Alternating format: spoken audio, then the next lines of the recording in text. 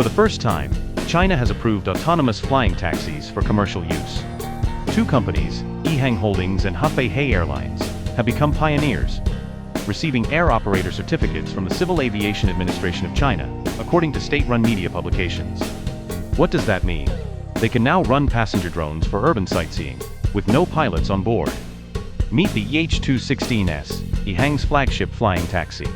Fully electric, pilotless, equipped with 16 propellers and a sleek carbon fiber frame. It cruises at 100 km per hour and soars up to 10,000 feet.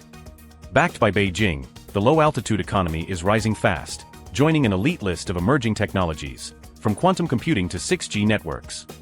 The low-altitude economy refers to economic activities and industries centered around manned and unmanned aerial vehicles operating in airspace typically below 1,000 meters, 3,280 feet, above ground, encompassing applications like drone delivery, urban air mobility, and more.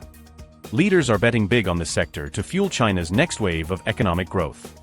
By 2025, China's low-altitude economy could be worth over 1.5 trillion yuan, that's more than 200 billion US dollars.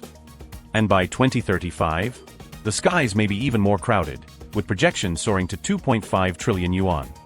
Homegrown innovators like EHang Aviation and auto giants like Geely are now competing with global aviation heavyweights, including Boeing, Airbus, and Embraer, all aiming for a piece of this airborne revolution. For more news and updates, keep watching.